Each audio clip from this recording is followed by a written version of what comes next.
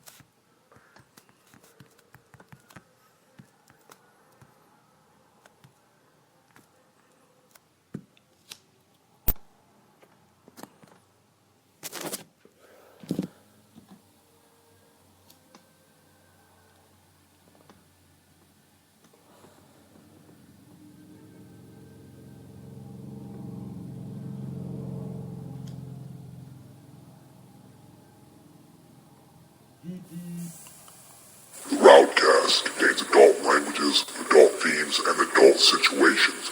Viewer discretion is advised. No! No! No!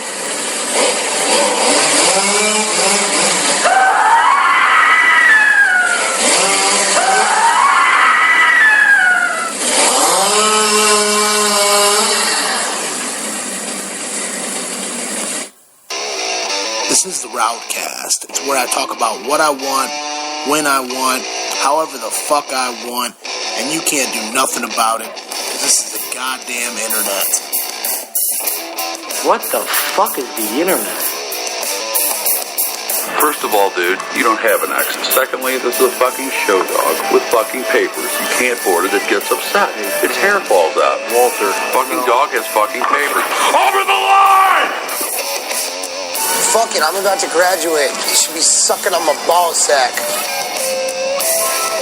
Oh man, that's cold! I'm a maniac on the floor, and I'm dancing like I've never danced before. You are now entering the RowdCAST, an online internet radio show brought to you weekly by me, your host, Rowdy Radloff, coming live from Bellevue, Ohio. Buckle up. It's gonna be a bumpy ride.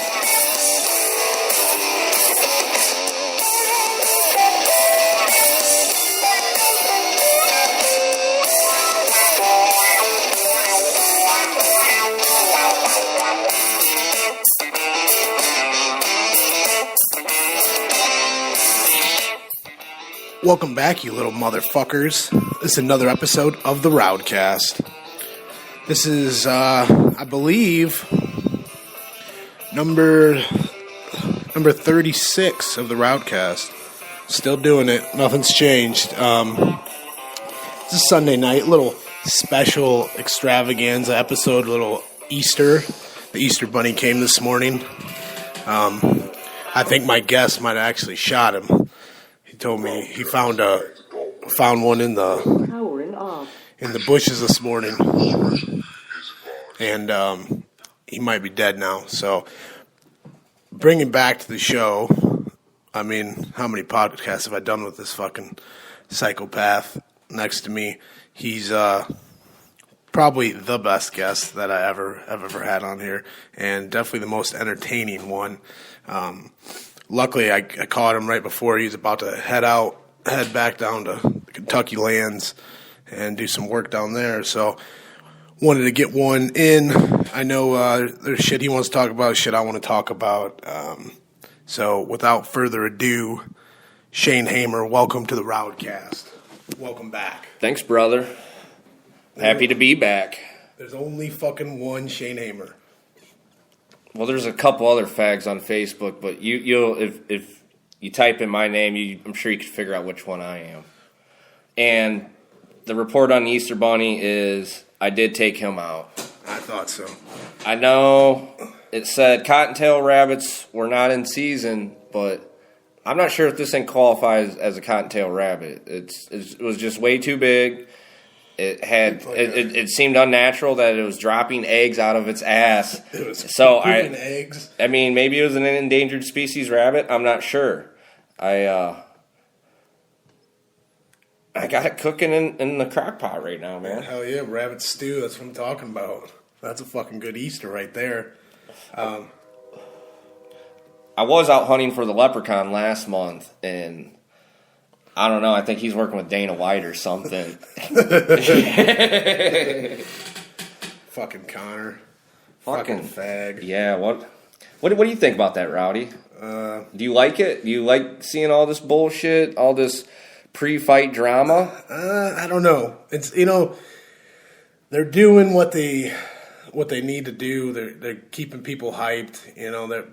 But in a way, it is very WWE-esque. It almost seems scripted to me. Yeah, it's okay. What got me was the Anthony Johnson and John Bones Jones. They go out and they kind of like fake fought for a second. Like what? Yeah, like just to fuck with Dana White. Yeah, like pulling a joke on like something like that. And, yeah, it's like if they could do that, then why can't they fucking fake it all? Or act the whole time. And I mean, I don't think that's what it is, but this whole Conor McGregor thing, like everyone, he's just doing a good job promoting himself. Well, he's a professional athlete, Yes, he is. And yeah, he's a fighter, and egotistic, I would say, but definitely. It's I don't know. But I'm not gonna lie, I enjoy seing it. Oh, so do I. But this is a professional sport, and if you're really trying to be an NFL or a NBA and Major League Baseball, a UFC, if you're trying to be one of those names, you can't have that kind of shenanigans going on. Well, and again, Conor McGregor and Jose Aldo go with Dana White on this world tour, go to Brazil, go to Boston, go to Ireland, and they just happen to break out and get into this fight. It's it's almost like they're doing it. They're trying to sell tickets. They're trying to promote their fight. That's what they're doing. But I also feel like Conor McGregor, without acting like a punk, has everyone in Ireland behind his back. Definitely has a lot of Irish Americans. He's got those fans locked in already. I don't think he's going to gain any more fans by acting like a punk. No, I agree. And I won't take any. I don't like him. I think he's. I haven't seen him fight enough. No, I haven't either. And that's. I'm not saying I dislike the guy. I'm not saying I like him. I haven't seen him fight enough. Maybe I'll be a fan. Maybe he'll go out there and just start dropping all the top competition. Or he's going to go out there and he's going to get checked. Jose's going to work. He's going to get worked, and he's going to cash. He's going to have a big cash day. Yep. Big payday. Big fucking paycheck. And that's what it comes down to with fighters is getting paid. Definitely. But again, with him too is in that sport you're promoting yourself. Yeah, it's an individual sport, so you have to fucking say things. But in honesty, it shouldn't be like that because it's an organization. No, and it shouldn't because what's martial arts about? It's about proving yourself. Who's the best martial artist? Has nothing to do with talking. Yes. Bruce Lee, fucking, Chuck Norris. You don't need to talk. You need to go out there and prove what you're doing. It has nothing to do with Chael, like Chael Sonnen. I've seen Chael talk so much shit and get his ass whooped, dude. He knew that whole time. But that was his art of getting his paycheck. He knew there was no one that they could put in with Anderson Silva that was going to get a high pay-per-view. I mean, he was making more money than Anderson Silva. Yeah, the champion. Yeah. That doesn't even make sense. It doesn't make sense at all.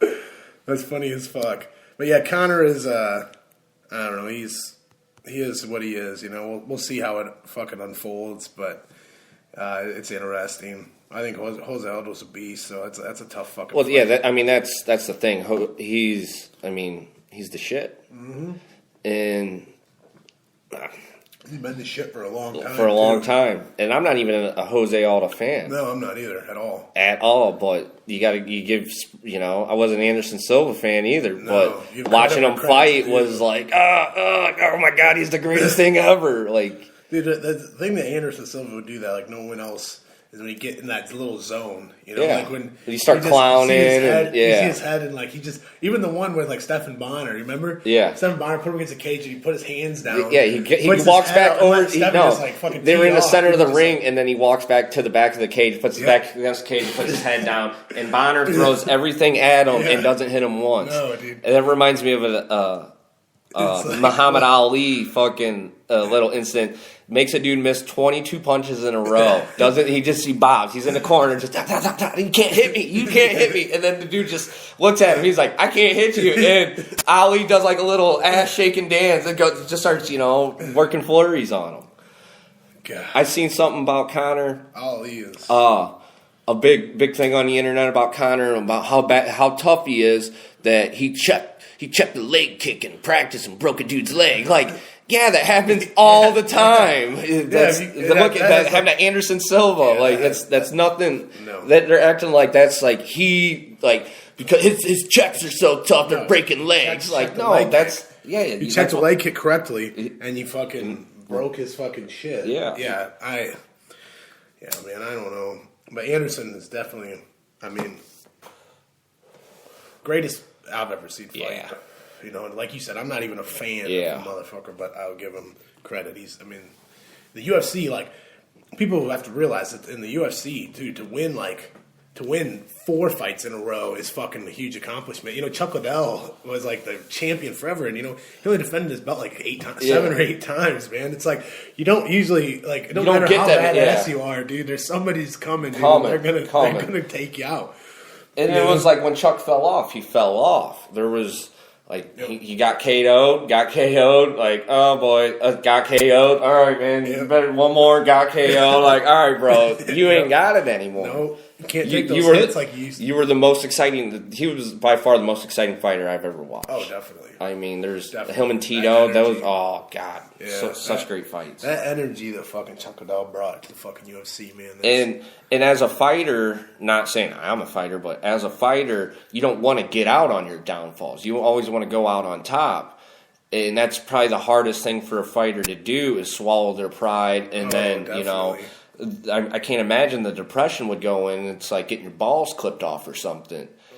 And to see him ringside at all these fights and everything, that's so cool that he's dealing with it. Yeah, because it's got to kill. That's Yeah. definitely got to kill him to sit there and watch all these young fighters and shit come up. Yeah, he was.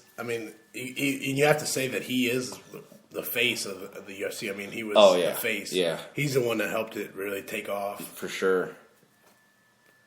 But yeah, man, it's some good fights coming up. We got Crow Cop and Gonzaga too on Saturday. That'll be fucking more than likely. I think Crow Cop probably get fucking wasted. Yeah. But hey, man, you never know. But dude, what the other thing? I have to say something about 4 years. 4 years sober, man. That's a pretty big accomplishment, bro. Yeah, today I got 4 years of being opiate free. The pills. The pills, man. It's sad, and I'll tell you, this is something I really thought about here lately, and the reason why I turned to pills. Okay, I've smoked pot for a long time. Since like high school, used to party on it. Before you even start thinking of like medical reasons and stuff like that, you're just having fun, drink some beers, burning a joint, Doing whatever. The worst thing you can do is drink pills. They're already terrible on the insides. With my work, I get drug tested. And however, if you have prescription pills, you got a back problem. Yeah, so no matter what Percocet you're doing. And here was the thing: like when you hired in on a job, a lot of these guys have prescription painkillers. When you hire in, and they have like these safety sheets. Are you on any medication? You say no, and then you take your chances. And then if you get hit on a piss test and you piss dirty for opiates. Like, hey, I got a prescription for that. Oh, you didn't tell us about that. Oh, I forgot. Oh, well, we have to lay you off. You can't work here and be on prescription pain pills. But you weren't getting fired. So that's what really drawed me to it. It's like, hey, I can either smoke weed and take my chances and lose my job over a drug test, or I can go to these doctors, tell them how much back pain I have, try to get a prescription of these pills, and hey man, I'm good to go. I can sit there and pop pills all day, be all fucked up at work all day. If you're laid off, you're still getting paid. Yeah. And it was, that's what like really like started me into it. It's like, oh, the doctors give them to, this is how naive and young I was. The doctors give them to you, so they can't be bad for you. I mean, the doctors give them to you. Doctors wouldn't give anyone anything that's bad for them. Writing scripts to you if you had a problem. What are you talking about? That's crazy. And here was the thing, like, you know, I had like partied, someone to have a Percocet, you know, here and there. You know, I knew what the buzz was about, but when I became addicted to them, like I had no idea, like, because I made good money, you know, and they were always around. You could find them fucking at, you know, you go hang out at the gas station. Someone's gonna be, hey man, you want to get some pills? Yeah, man, yeah, for sure. Just look for the dude who walks in with some white in his nose, And dude. it wasn't but a couple weeks, you know, maybe 3 weeks of having pills every day to not having pills for a couple days, for 2-3 days. Like, you know, hey man, you got any pills? Oh dude, I can't get my script filled till tomorrow. Like, all right man, well hit me up, you know, doing that dance. And I remember getting sick, throwing up, you know, diarrhea, just feeling horrible. And I'm like, man, I got the flu. And this chick that I partied with all the time, she was like, you're going through withdrawals. You're not sick. I'm like, no, I don't get addicted. I'm a badass. And ain't a little pill going to get me addicted. I don't get withdrawals. Yeah, you know. So I'm sick all day. Well, we happened to get some pills late at that night. Crush them up, snort a line. Fucking, she's like, how do you feel? I'm like, I feel like $1 million. I feel fine. Like, there's nothing wrong with me now. She's like, yeah, you're going through withdrawals. And like the whole addiction thing still never even set in. It wasn't long down the road till I started seeing how my buddies, you know, watch my buddies deteriorate, see how we all went from hanging out to 20 of us in a room partying, smoking dope, doing pills and shit to, you know, 10 of us, then 5 of us, and then it's just 2. And it's all your buddies doing the same thing, but they're going to their house to do their pills. Like, they'll come over and buy pills and be like, yeah, man, I'll hit you up here in a little bit. Yep. Hey, man, yeah, I'll hit you up here in a little bit. Yep. And you know, so as soon as they say that they're not hitting you up. They're going home and they're going to go do their pills, and you won't see them till they're out again. Well, because, you don't want to, once you get so hooked on it, you're not trying to share your pills with everybody. You're just trying to do shit. You don't even want to do them with the person that comes to hang out with you. And when I quit, this was like, it was the hardest thing in the world to tell my dad. Like, I knew my mom would understand, and I had a friend call my mom and tell her. My mom, she pretty much knew, but like I denied it and everything, and you know, she believed me to an extent, I think, and you know, so she was kind of, you know, wasn't too surprised. But when I told my dad, like, my dad's never had a drinking problem, a drug problem, nothing like that. So he didn't understand addiction. And like I told him, and I'm like, Dad, I'm like, I can't even work. I can't function without him. He's like, what do you mean? I go, I don't buy pills to get high anymore. I get pills to keep me from being sick. Yeah. I'm like, I have to have 3 or 4 Percocets just to get through a day of work without feeling sick.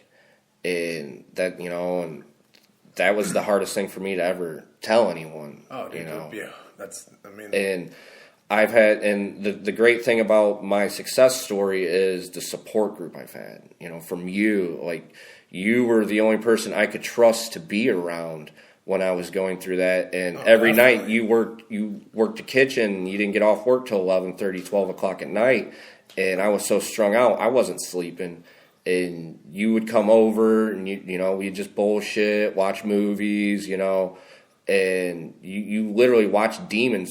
Oh, definitely. You watch me fight demons, definitely, dude. Man. There was a war waging in that fucking living room.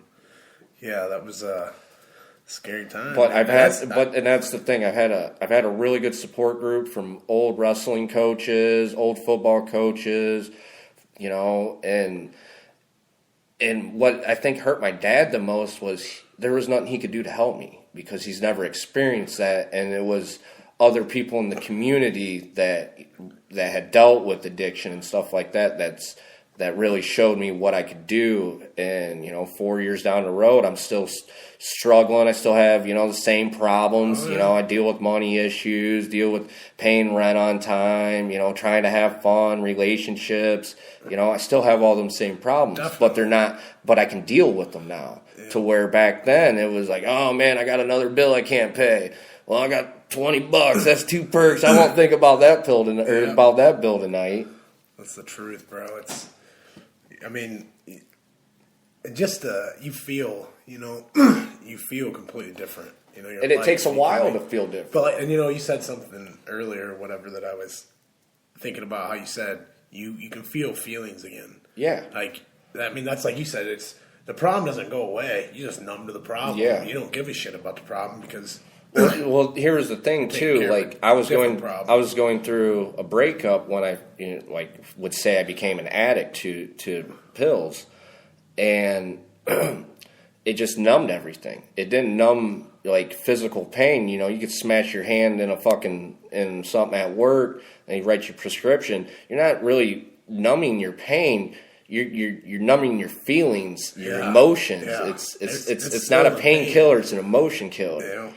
And when I quit doing, it took me like a year and a half of a full out pill addiction before I realized, hey, I got to quit or I'm going to die. And as soon as I quit, sobered up, got in, sober a couple weeks, I had to deal with all those emotions from my breakup from a year and a half, 2 years ago. You've been suppressing that I've been suppressing, and it's taken me time to deal with that. Oh wow, I got to change this about myself. I got to do this about myself. Yeah. And I'm honestly happy where I'm at, but I'm nowhere close to where I want to be. Yeah. I think that you always. Anybody, if you're not evolving, you're not changing, you're stale. You're in stagnant water. Yeah, you're not progressing. You always should be, something should be changing. Yeah. Something should be doing something different, working, trying to, better yourself, but, just get each of your emotions sharper, your feelings sharper, your intelligence sharper. And what else I get out of it is I get to help people. Yeah. That's a reward in itself when, my friend that really helped me, I worked with him, and we'll just call him Chief, and he would, we'd be working, making these, banking these big paychecks and shit, and I'm paying my bills, and the rest of my money's going to pills, and pills, that was it. And he's buying all this kick-ass shit. Oh, man, Chief, I just bought a king-size Trump mattress, man, $1,500. You can buy shit like that. You don't waste your money on pills. Like, yeah, I know. And then the week later, oh, man, I just bought a 55-inch TV, man, $1,500. You can buy shit like that. You don't do pills. After working with that guy for 3 months in a row, he subliminally implanted that shit in my brain. And as soon as I got off that job, I'm like, hey, man, I want to quit pills. Do you think I need to go to rehab? And he's like, no, man. He's like, fuck rehab, dude. He goes, he's like, whatever you set your mind to, Shane, you can do it. He goes, you wanted to wrestle. You were one of the baddest wrestlers I ever seen. We are all so pissed when you quit. He goes, then you wanted to be a deer hunter. You're the best fucking hunter I know. And then you wanted to be a Boilermaker. You're an outstanding Boilermaker. Now you want to quit pills. You can do it, dude. That was it. It's a mental decision. Yeah. The mind takes care of the body, and the body will take care of the mind. And that's the thing too, though. The withdrawals are real. There's definitely pain. Your body's definitely fucking hurting and shutting down and that. But the mental is withstanding that. Yeah, and what I really think that comes from is wrestling. Yeah, I agree. The toughness that wrestlers get, that's what it is. The wrestling camps, the doing an extra set when you don't want to, when it's all right, guys, one more set. Like, all right, we got it done. All right, guys, I lied to you. We're gonna do one more, and it's that what you that extra. I don't even know what to call it. What you reach for inside yourself, heart. It's heart. That's what it is. It's real. That's the only thing you can I think that's what separates me from a lot of athletes at an early age junior high football, wrestling, whatever, high school football. I always knew I was better than everyone because I could you would see what everyone else would do, and I knew I could all I had to do was just a little bit more than everyone else, and I'd be better than them at everything. Whether it's hunting, wrestling, making money, stick it out. A little bit longer than them. Yeah, and grind them out. Yeah, and if there's someone that right next to you, then so that was the other cool thing about wrestling camps. I'd go to all these wrestling camps, and it was all my top competition that I would see in all these big tournaments would be at our wrestling camps, and we'd become friends. And it's once we're enemies, and then we hit these camps together, push each other, oh, this is why this guy's so good, and then they make you better too. Exactly. You make them better. Yeah, that's wrestling is. You can say, I'll try to explain that to somebody that doesn't have ties to wrestling or don't believe in wrestling as much as there's just so many life values and lessons. Well, see that, and that's the thing about wrestling. And I was thinking about our old high school. It's not about winning, losing. It's about improving yourself. And that's I think coaches get more out of seeing the kid that doesn't know nothing, gets his ass kicked all year, and then finally wins his last 5 matches, and then the next year goes undefeated or something. That is what it's about for coaches and stuff. They want to see. They're not preparing you for a wrestling match. They're trying to prepare you for life without you even knowing it. Yep, I agree with that, man. That's pretty well said. There's this old saying from Ken Chertoff. He's an Olympic wrestler back in the 80s. He was 3-time All-American, might have won nationals, I'm not sure. But he's got this saying, hard work makes dreams come true. And that's what it is. You got to work hard, and it doesn't matter what your dream is. If you work hard at it, you're going to get close to it, and you're going to get your shot to make it come true. That's very, very true, man. It's but the mental game of a wrestler, I think that, like you said, I think that does have a lot to do with overcoming demons and fucking battling them. And, when seeing you when you're withdrawing and shit and coming over and seeing it's dude, I didn't know shit about it either, man. Yeah. I was man, he's fucking sweating. I'm hot. I'm cold. Crying, fucking fight, throwing up nothing. Just dry heat. I would have to I forget what it was. It was every 45 minutes, it got to this point where I had to drink something just so I could throw it up.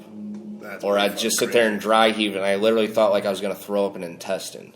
I was dry heaving so bad. And I remember my mom and sister coming over, and you know how everyone that we know, yeah, man, I'm quitting perks, dude. I'm taking Opanas.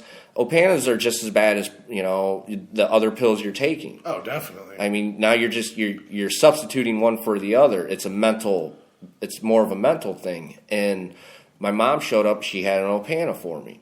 And I told her, I do not want to take that. She goes, you have to take it. I go, Mom, I put myself here. I want to feel every ounce of pain that I can get out of this, so I never want to do it again. And then she looks at me and she goes, if you don't take this, you're probably going to die. Yeah. And I took a half of one.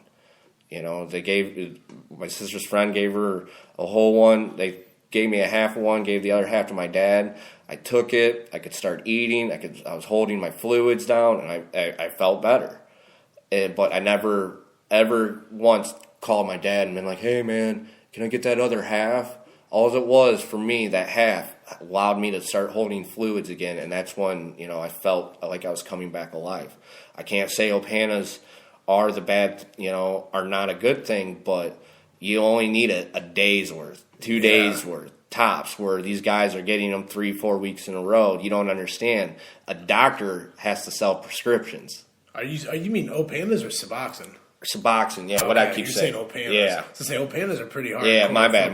Suboxones. Yeah. That's how long I've been. But yes, exactly. All these people they switch to Suboxone and then they get hooked on the Suboxone.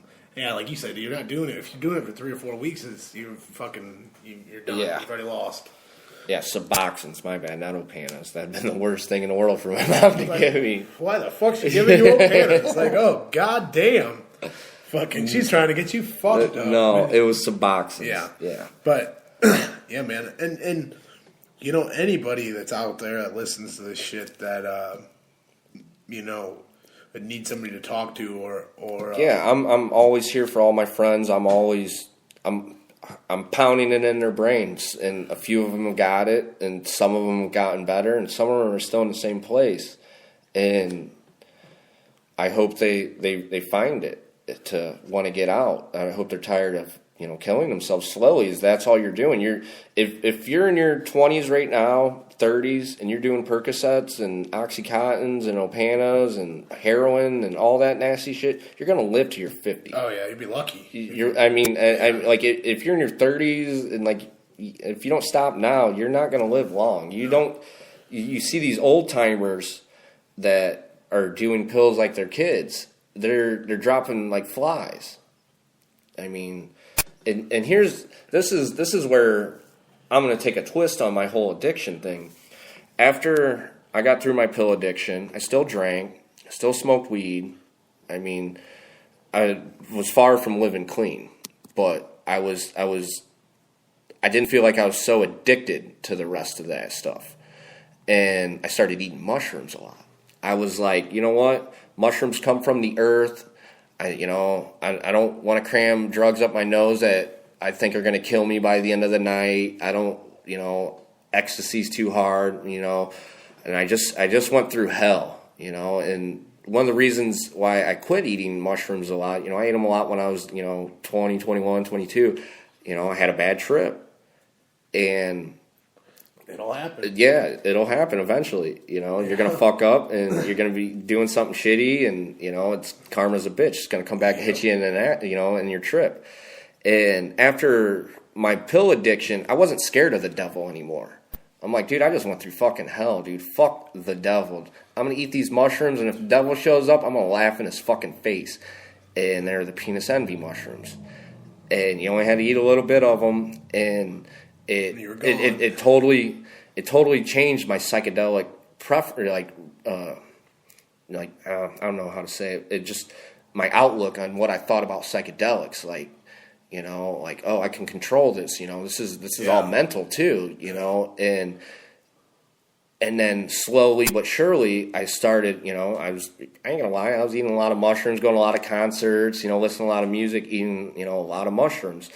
And it was really showing me the way I needed to live. I was living wrong, and it really opened up, You had like an awakening. Yeah, you had to look yourself in the mirror, and it would point out the things you didn't like about yourself and what you needed to change. And through all that, it opened up more conspiracy ideas that this shit might be, I need to look into this. What the fuck is GMO corn? What is all this unnatural? What the fuck is the government doing? Call me paranoid, call me a conspiracy theorist. But I started connecting dots, and it almost felt like I drank a lot, and it almost felt like alcohol was legal and marijuana wasn't to suppress our civilization. I know so many people, they work all week long, pay all their bills, but all they have money to do is get a case of beer and a couple pills. And why is alcohol legal and marijuana isn't, when this is, look at all the deaths alcohol causes. And it really it opened, like you said, it awakened me to the world we live in. What's really going on, thinking outside the box, not watching TV. And I'm like, oh my God, I need to quit drinking too. This is just as bad as pills. There's no difference. I'm suppressing feelings, I'm not dealing with my issues. Definitely. And I became an overweight drunk. I remember going to the bar. I'm like, yeah, man, dude, I'm off pills, man. I got 6 months off pills. Yeah, man, let me buy you a drink, and getting fucking sloshed, dude. Dude, I can't believe I was doing pills, man. And all my answers were right here in alcohol, And then you take the downward spiral on alcohol, You get DUIs, you become unhealthy. You look in the mirror. I looked in the mirror and I was like, wow, I wouldn't have sex with myself. I got to change myself, dude. And I quit drinking, lost a bunch of weight, got in shape, work out all the time. and I haven't had a drop of alcohol in over two years. That's pretty badass. And I think that's even more of a success story than my pill addiction, honestly, because alcohol has been around my family. I was an alcoholic from my first drop of alcohol. I was 15 years old. I just quit the wrestling team, and I just started drinking to get drunk, blackout drunk, and that went on for almost half my life. I remember you got so drunk the one night that the next day at field day, they had to carry it off in a stretcher because you were so dehydrated. Yeah, we partied all night. I finished my last beer in the school parking lot. Yeah. And partied all night, and it was so hot. And listen to this crooked fucking shit the school did.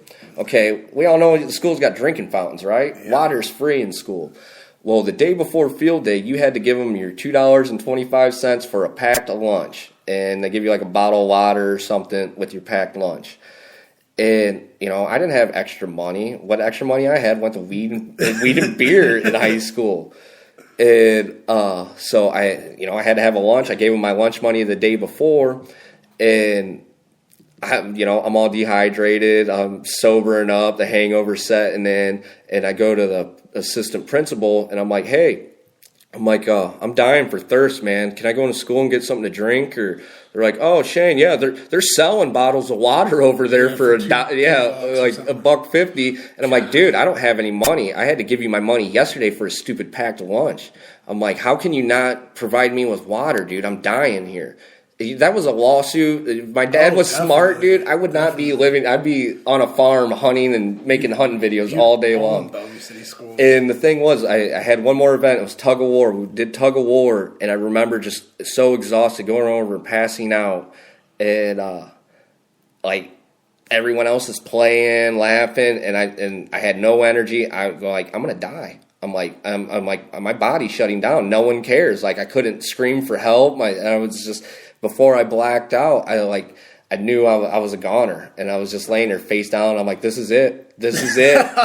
And I remember later, one of my good friends, Kelsey, comes over like, Shane, are you okay? Shane, you haven't moved it. Shane, and she brought me to, and her and another friend, they literally drugged me, got me up on my arms where I could they took my weight. They drugged me into the field house and got me to the sink and started pouring water on me, and then my body went into shock from the coldness of the water.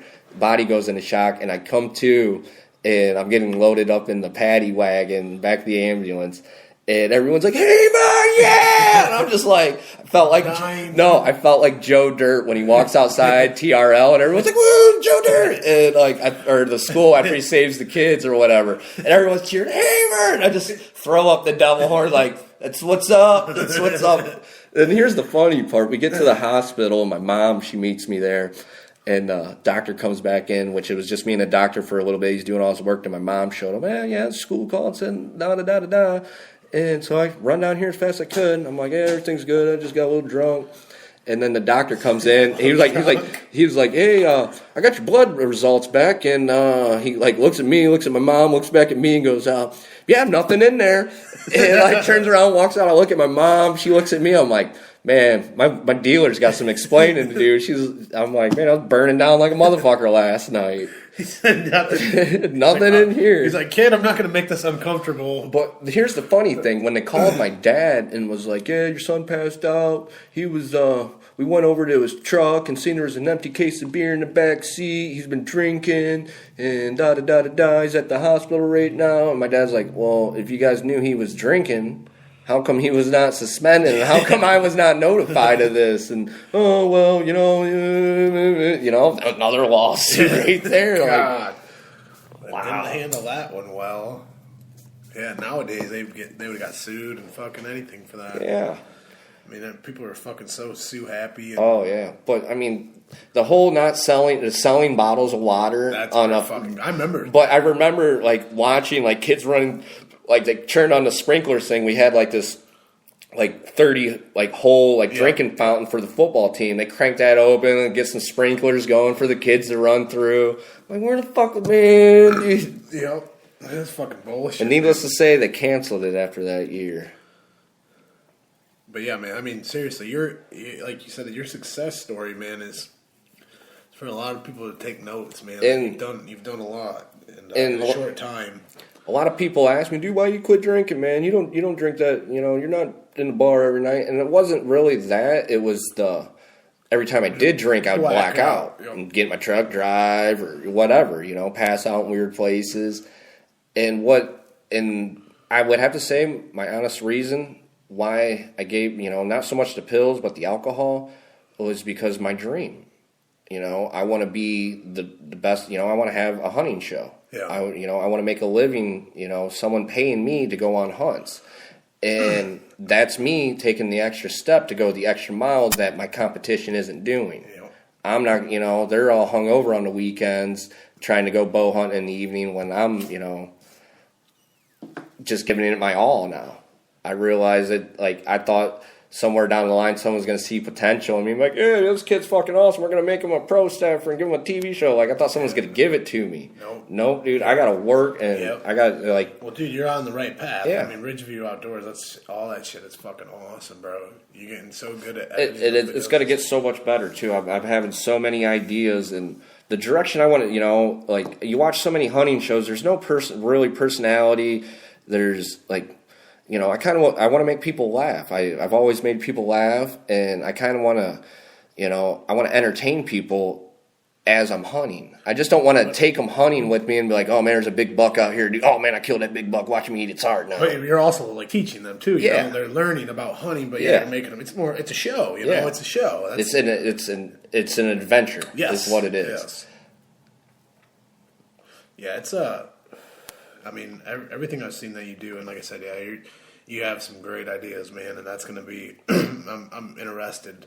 I'm excited to see. Well, it's funny how you want to start hunting and everything. There's this new show on the Outdoors Channel, like the Illegitimate Hunter or something like that. Like this dude, he works for the outdoor TV, the channel, the Outdoors Channel, and he doesn't hunt. He's just went to college to be video editor, whatever, however he got his job, production, and he's never hunted. And they're like, we're going to start taking you hunting. We're going to create a show, and they're going to take him around. I seen him shoot a hog, like he's driving into Oklahoma to go hunt with this hog. This guy, the dude guides hog hunts or whatever. Yeah. And he's like, you ever shot a crossbow? He's like, No, never shot a crossbow. He's like, all right, man, let me show you how it's done. He's like, all right, man, you got to do this. And you could see the hunters and the guides getting frustrated with this guy. And it's like, all right, man, well, you got to go stay in the bunkhouse. And it's 40 degrees in the bunkhouse. The dude's like, oh my God, dude, how am I sleeping in here? And he's you're watching it. Then he goes out and shoots a pig with his crossbow. And the guide's amazed, oh my God, dude, that was an awesome shot, bro. I ain't gonna lie, I didn't think you had it in you, So now we got to show you how to track it now. So then, he's going through thickets and shit and getting tangled up, and it's comical. And finally, he gets tangled up, and you see the guy still on the blood trail. He gets lost, and then the guy's whistling for him, over here, man. And they find the pig. Now you got to gut it, buddy.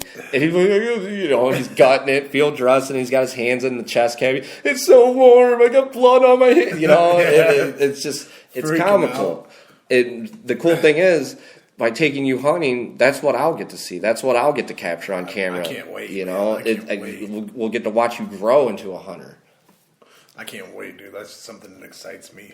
I think hunting, because what you said, and I like the approach. I mean, of course, starting off, I'm not going to be, it's not going to be as primal.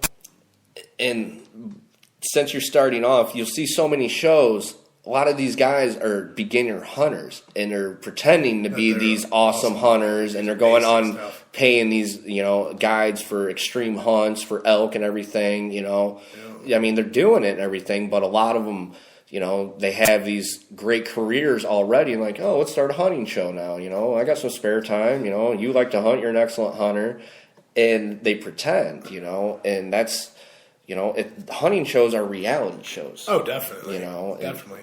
Maybe some of the first reality shows, really, if you think about it. Well, I have thought about that not too long ago. I started thinking about the oldest hunting shows. I'm like, wow, those were the first reality shows, because that is reality. Yep. Not what they have now. Not Jersey Shore, not Survivor. I was so excited when Survivor came out. I thought it was going to be. I thought they were So just going to was I. drop people off and videotape them trying to figure out how to survive. Oh, you guys got to jump through these tire hoops and Yeah. climb this The jungle rope, and competition. you guys get hot dogs and burgers. Yeah. It's like, no, that's not Survivor. Eating rats and trapping You ever animals. see that Naked and Afraid show? I watched it. It's all right. I caught an episode of it. It was, I like that show, but I wonder how much of that. Suppose it's just two people, with their cameras and shit. And there's like a medic that's Yeah. close in case something happens. They'll Yeah. pull them out, but they put them in like the most dangerous, craziest spots. Yeah.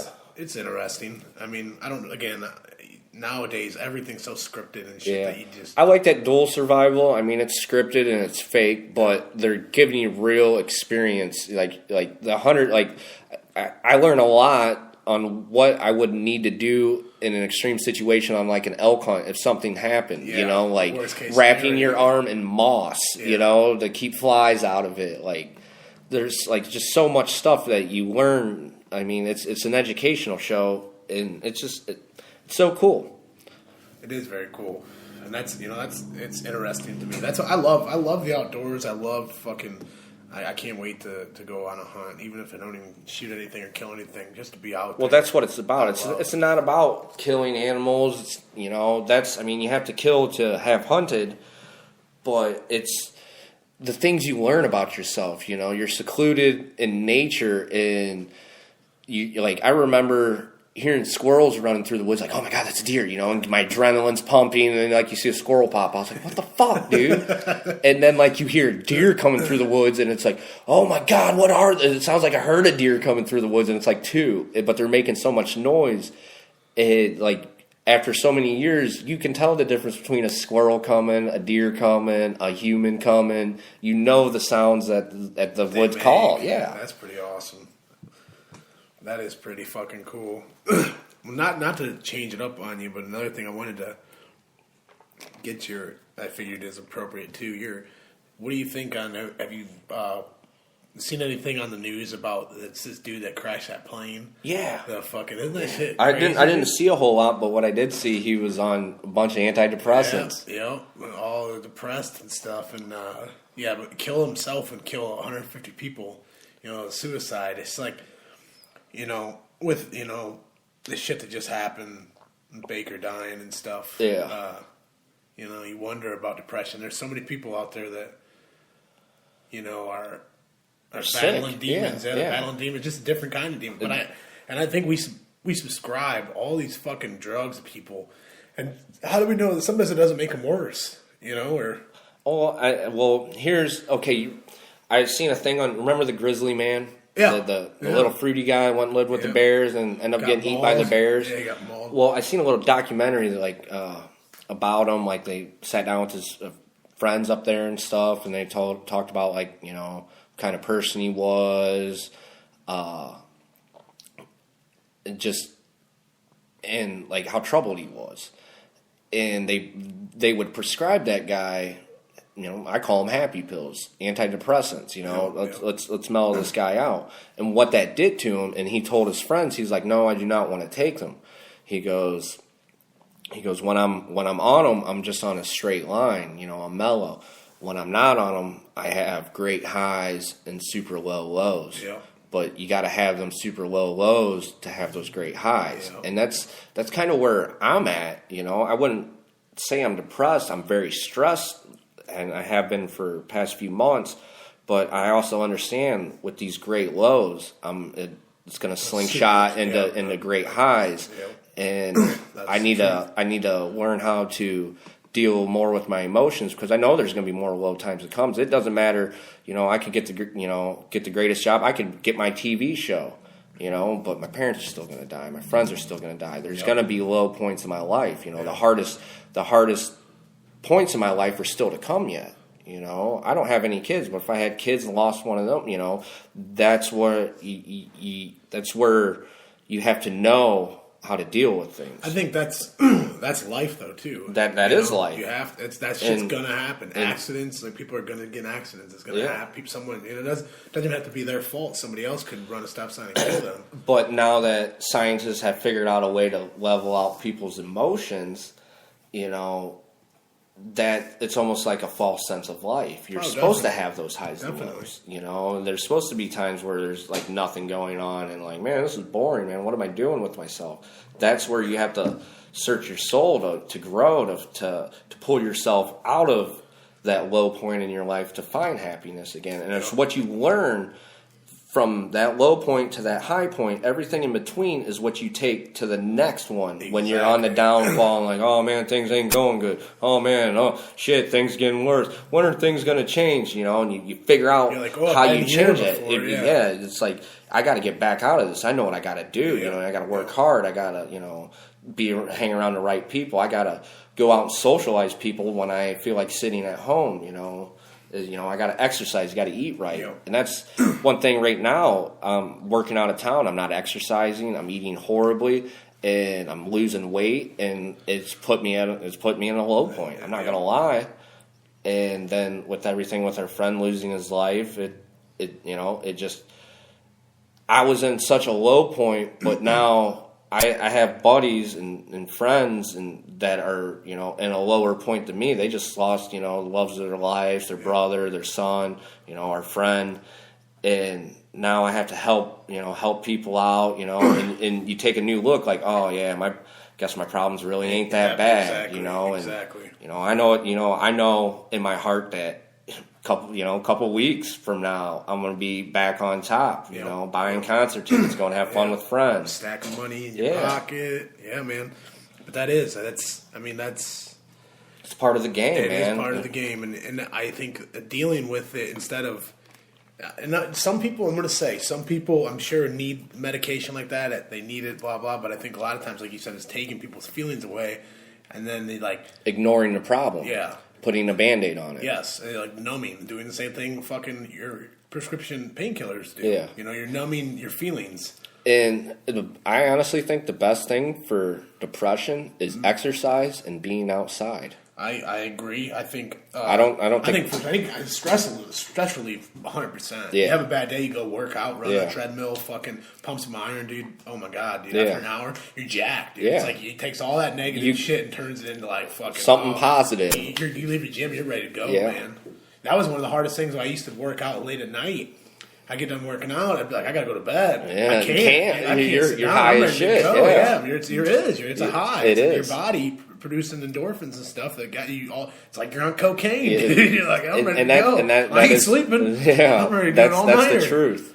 Yeah, man, it is. It just people. I think people being more in sync with their body too, understanding that there's a lot of chemicals and hormones and stuff that are made inside your body to get you out of those low points and keep you high and in those high points. But I know you're a big advocate for it, and so am I. I mean, there's times in my life, where I was really depressed and girl issues, and when I went down to Atlanta, I didn't, I knew my cousin and stuff, but I didn't know anybody, and it's like you just feel alone sometimes. My family's not there, no one's there, my real friends aren't there, but really what helped me was marijuana. Yeah, not even just getting high. It was just like when I get depressed or start feeling like that, I'd just get high and I'd be okay, and I'd start thinking about positive things. Yeah, and here's the thing. I don't like using the word getting. Almost like I don't like getting high. That's what people think when we talk about smoking marijuana. We're gonna get high and laugh and act like kids or something.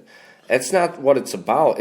To me, it's a cup of coffee in the morning. Yeah, it's it's something that jump starts my brain to.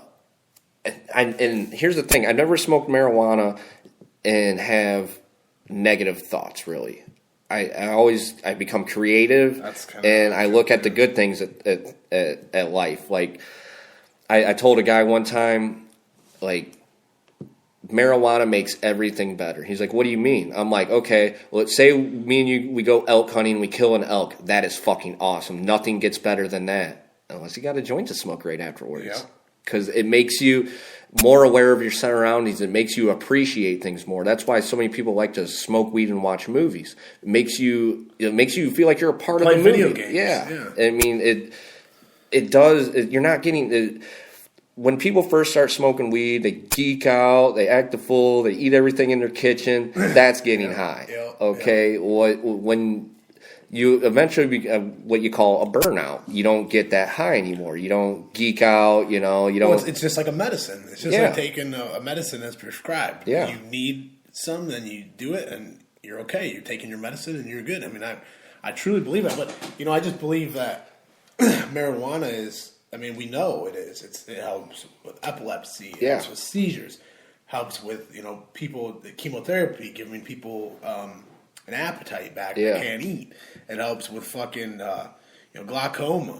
It helps with. I mean, dude, the list. I think it helps with everything. And now with new studies being done with fucking hemp oil. Yeah. And putting it on melanoma and skin cancer, and I mean. I mean, even besides the medical purpose of it, think about hemp itself. Yeah. The industry of hemp, okay?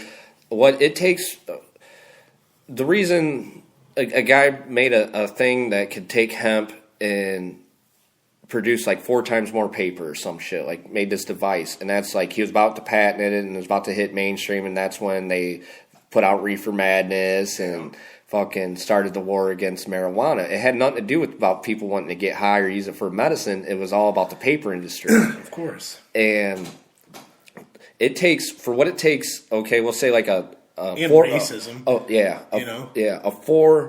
4-acre woodlot. Okay, it takes you 20 years to produce big enough trees to match what it would take for 4 years of hemp growing. The same amount of paper, 20 years versus 4 years. I mean, it topples trees. I mean, it's stronger than trees.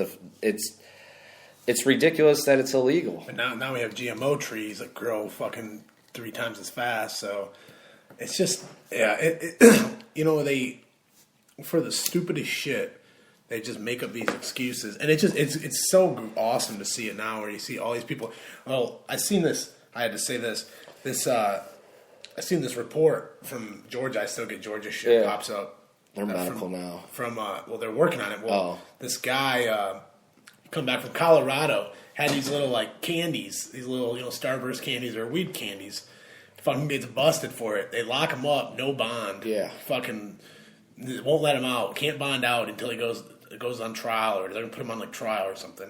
And it's like, I see all these people's comments underneath it. Is everyone like, this? Who fucking cares? What a joke! Yeah. Like, there's child molesters. Yeah. There's child molesters that bond out before they go to fucking trial, and this dude has got to sit behind bars with a bunch of criminals, dude, because he fucking brought something that was legal in Colorado into Georgia, North Georgia, and they arrested him. Dude. Here's something I thought of. I'm in Kentucky working. And in the break room, they listen to a lot of country music. And I cannot believe how many country music songs talk about smoking weed now. Yeah. And I was telling our buddy Joe, I'm like, that is the ticket to legalizing it nationwide. Is that you got to figure the people that, I'm not dogging anyone that listens to country music. A lot of good country music out there, but a lot of people that listen to country music don't think outside the box. No. They believe what the news tells you, does what the government tells you. Yeah. And if you get those people thinking smoking marijuana is okay, the people that don't smoke marijuana, but they hear it in all their country songs, like, oh, Kenny Chesney talking about smoking weed, man. It's twisting up the joint. Yeah, and I'm not like a country music fan at all, but I hope they start singing a lot about smoking weed, because if you get those people on the bandwagon, then we're unstoppable. And it should, and I don't even think it should be medical marijuana. I just think it needs to be, decriminalized and have fun with the people. Yep. Do what you want. Be responsible. You're allowed to go and buy a bottle of liquor at the fucking store, take it home and do whatever you want with it. You should be able to go buy a quarter of weed, take it home. And when I was telling you how I was dealing with stress and everything, I would always, one of my favorite things to do, I don't hang out with a lot of buddies. We are all getting older. We all have our own lives. You don't get to see your buddies as much anymore. Yeah. So we used to always go cruise in the country, smoke joints after school, stuff like that. Well, we don't really do that anymore, but what I was doing, I'd go out in the, in summertime, roll up 2 joints, go drive around, see some deer, and, listen to some music, and remember, cruise around with Jesse, just reliving some memories.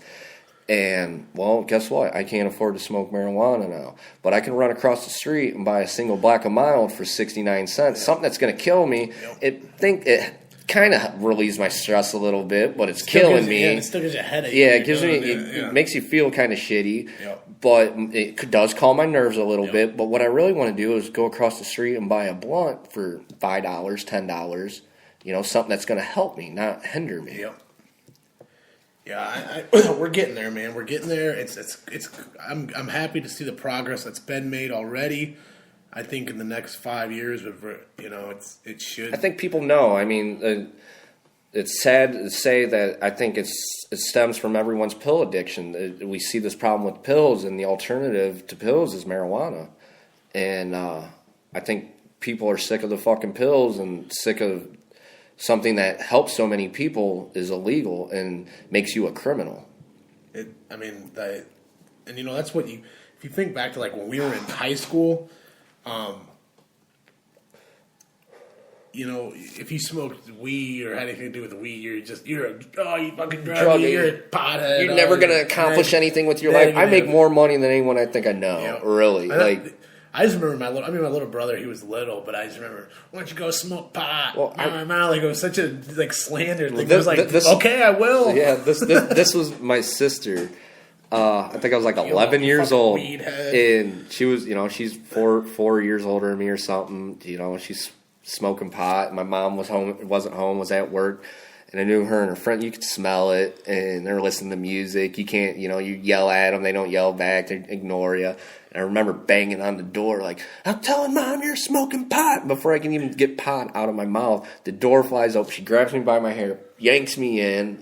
My sister, she's still kind of a bully at this age. Yeah. Yanks me in, grabs my buddy Adam, pulls him in, smoke it. And I so didn't want to smoke it because I knew I was going to become a monster like they told you in school. You smoke marijuana, you turn into a monster. And it terrified me. I'm like, oh, I'm not going to be like you. I'm not going to be like you. And, smoke it.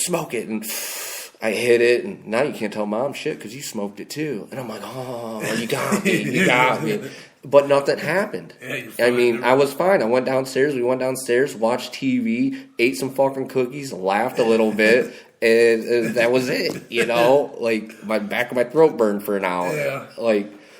Right then I knew. I'm like, oh, these people are lying to me over here. Like, what the fuck? I still remember to this day in 5th grade. I don't know why. Mrs. Barris's class in Lime School watching fucking the Dare program video. Yeah. And I remember one of the videos, this little Jimmy, this little black kid, little Jimmy, he's just at the corner with his buddies in the book bag. Oh, dude has weed. Gives him a joint. Goes home and shows him little Billy fucking smoking. He has his joint and he's in his bathroom and his mom's like, hey, Billy, knocking on the door. She opens it, dude, he's laying there dead. Yeah. He's dead. And she comes in, he's like, oh, she picks him up. She's like, he's dead. He smoked a joint and killed him. It's just like, that's how I was. I was like, I'll never smoke weed. I remember sitting there, I was like, I'll never smoke And here's the thing about Dare, too. They educate you about the legal drugs, like alcohol. If you drink too much, you might become an alcoholic. You can do the same thing with marijuana. Oh, yeah. You can educate your children, like, hey, in in our medicine cabinet, don't ever take any of these pills. They will hurt you. And also, I don't have any issues with it. I don't know of people, but there are certain people probably that shouldn't smoke. Oh yeah, just not for them. Just like people shouldn't drink. Yes, it's not for them. Yeah, like drinking was not for me. Yeah, I had some amazing nights. But just some people, they're not going to be productive. They're not going to. And that was me, dude. Yeah, I would go on a bender, and it would put me down for 2 to 3 days. I'd calling off work, whatever it was. It didn't matter. But what we're saying is, it helps way more than it hurts. Exactly. But it isn't for everyone. It's not. For sure. And I know a lot of people who smoked a lot of pot in their younger years who don't anymore. No, and they touch it. Yeah. They say it makes me paranoid. I don't like it. I don't want to be around. It's a preference. Yeah. Yeah, man, it definitely is. We're all adults here. But being responsible with it, it's just like anything, man. You do it every day, all the time, everything in moderation, or not at all. But yeah, man. And a lot of people, they have a problem with people getting high and driving. Better driver high. I'm more aware. You know, more alert to what's going on. Yeah. I mean, don't get me wrong. There's times I'm waiting for stop signs to turn green. Yeah. But I'm not blowing through stop signs. Nope. I've never smoked a joint and been like running red lights. Yeah, floor it, bro. I never. Yeah, I never smoked weed dude, and been you like, gotta go fast I here. never smoked a joint with Rowdy over here and been like, bro, dude, let's get an 8-ball of cocaine and some hookers. And that's never happened. Alcohol, it's like someone comes in the bar like, hey man, I got some blow to get rid of. It's like ATMs across the street. Or, you're drinking and it's like, oh, I just quit pills. Well, hey, I got some pills. All right, let's do the pills. When you're drunk, you're way more susceptible to making bad decisions. I mean, that's what it does, is prohibits your decision making skills. So, and the cool thing about sobering up too is I can see who the drunk people are, and I can see who people who reach their limit, know it, tune it out, and just kind of mellow out the rest of the night. And then there's other people that just go full bore, 100 miles an hour, and nothing wrong with that either. If you got a DD or if it's not affecting your normal life, where me, it affected me at work. I didn't show up. Yeah. The guys would be like, let's go drink. I'm like, dude, you guys know I'm coming into work tomorrow. I can't go because that's the truth. Come on, you can have 3. I'm like, all right, man, if I don't leave after 3, I ain't coming in for 3 days. After 3, then it starts getting crazy. Oh, you probably got to get going. Yeah, I got to get going, bro. 8:00. Well, dude, thank you, man, for fucking doing this podcast. We'll get some more here in a couple weeks, man. For sure, man, because I didn't even get to scratch the surface on the trippy things I wanted to talk about. I know. I wanted to get one in, though, before you went back, because I missed doing the podcast with you, man. So, we'll get next time you're in town, you let me know. We'll get one done, and we'll go deeper into the rabbit hole. That's what I'm saying, brother. Of what's going on. So, hey, everybody that tuned in, I appreciate each and every one of you fucking loush motherfuckers out there that listens to this fucking podcast. On that note, I'm going to have to say, this is Rowdy Radloff at the RowdCAST. I'm signing off. Peace, bitches. Fuck yeah, that's a good little podcast.